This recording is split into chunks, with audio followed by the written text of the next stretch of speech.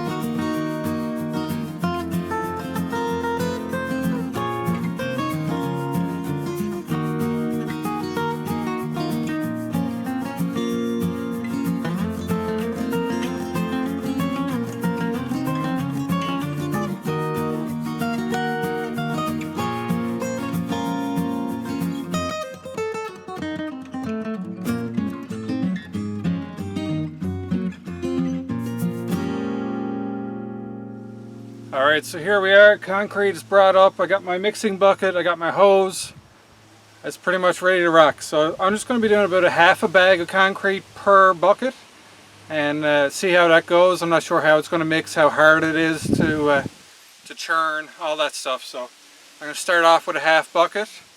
If that's the way it's going to go, then it'll be 12 mixes in total to get this whole foundation cemented in. But as far as I can tell, everything is in place. Square, level, plumb, true, whatever you want to say. That's where it is right now. And if anyone says otherwise, I don't really care. So, yeah, no, we're good. We're good to go. So I'm going to just mix it up and pour it and take you guys along, kick you guys into some music again there now. And that's about the extent of what I'm going to be doing right now. So wish me luck again. Here we go.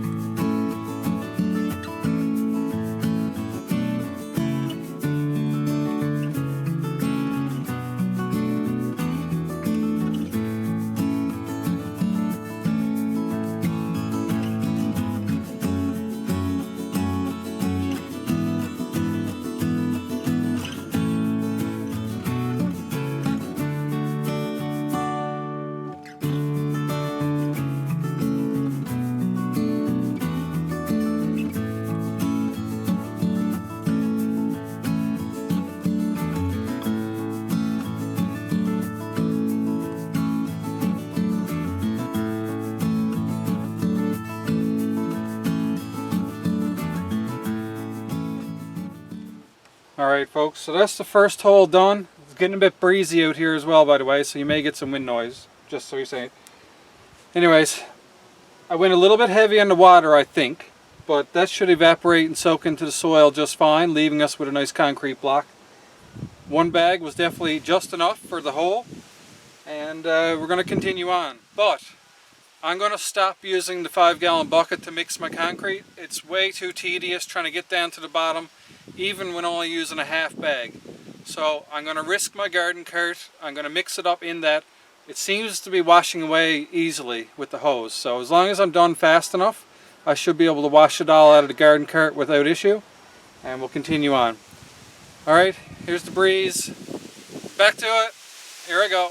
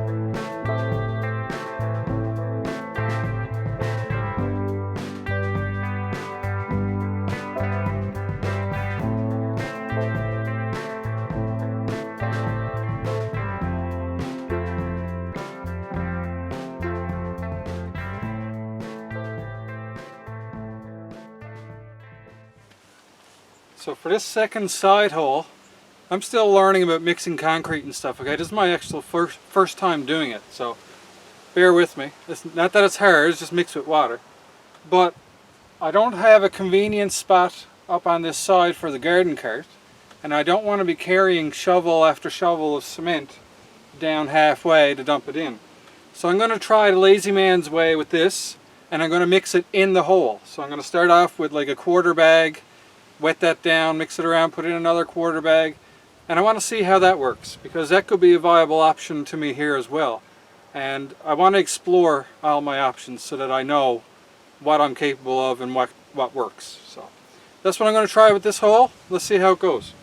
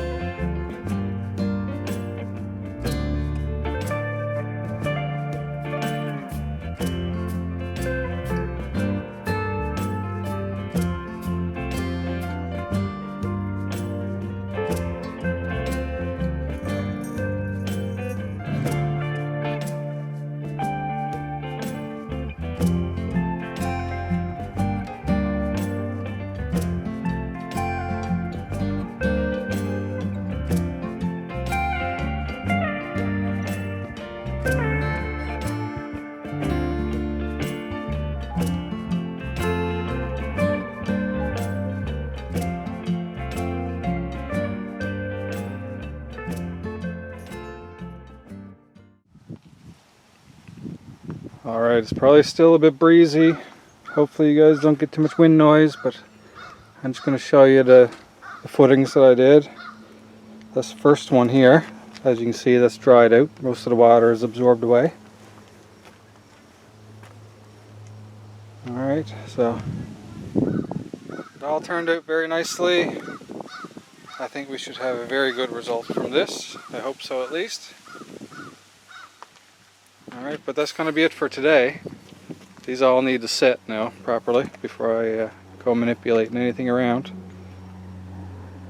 So off camera I'll probably grab my level and measuring tape. Just give this one more verification, but I don't think anything has moved since we squared and leveled it this morning. Alright, so I'll clue up here and I will be right back with you guys to see you to the door.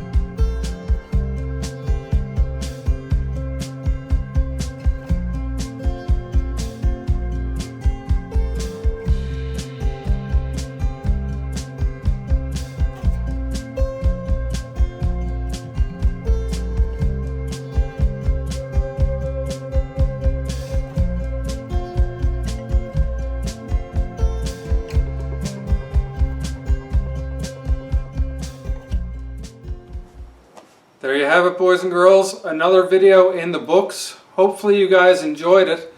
So next on the agenda is going to be to let that all set up properly. I'm going to give it a good day at least to set up. And then I'm going to have to kind of evaluate the sturdiness of the posts and all that, because I want to know if I'm going to need plywood or if corrugated metal is enough in order to kind of strengthen and support the frame properly. So I don't want to rely on the hardware cloth and mesh to be my support structure. So as long as these posts are sturdy enough, and I won't know the true sturdiness until it's backfilled obviously, but the cement should give me an indication now on whether or not I'm going to be adding some plywood probably into the wall system just for that extra sturdiness, because like I say, we get such high winds here, over 100 kilometers per hour. And I don't want a gust of wind to hit that the wrong way and catch it and risk it all coming apart or flying away. I don't think that's a risk of happening now for sure, at least now that we're cemented in, but you know, still I like to overbuild things, as you know. So anyways, that's going to conclude today's video. Once again, I'm not sure when the next video will be. My wife got some work coming up, so I'm going to be watching the kiddos and all that good stuff, and probably take a little break myself just to let my back and everything heal up after lifting around those 66-pound bags of cement and all those 4x4 posts and all that stuff. I was definitely really sore last night, but I'm glad of the progress that we have done to this point. But we're pretty much getting close now to meshing it and backfilling it, and then do the actual enclosure top half. So there's your foreshadowing and plan for the future. But until that happens, and until that next video comes out to see you guys, make sure you've subscribed. And if you can like this video, that'd be great. And if you ring that notification bell, you should get a notice when I post new content, and you'll be right on top of the progress with the rabbit enclosure. So just some ideas for you. Those things help the channel immensely, so it's always appreciated if you could do that. But if not, that's your choice, and I respect you for it. Alright, so till the next video happens, hope you're happy, hope you're healthy, take care of each other, and peace out.